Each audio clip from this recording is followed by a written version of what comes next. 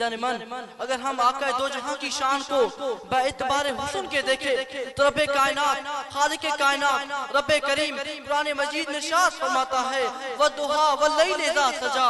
ए महबूब, आपके चेहरे अक़दस की कसम, आपके ज़ुल्फ़े अंबरी की कसम, मेरे आका का हुस्न जमाल ऐसा बेकमाल बाकमाल था, आमिना के लाल का हुस्न जमाल ऐसा बेमिसाल था जो आपको देखता ही रह जाता।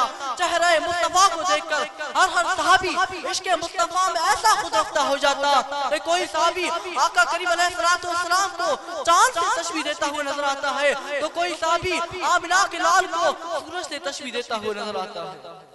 हर सहाबी अपने इश्क में हुस्न मुस्तफा को बयान करता हुआ नजर आता है।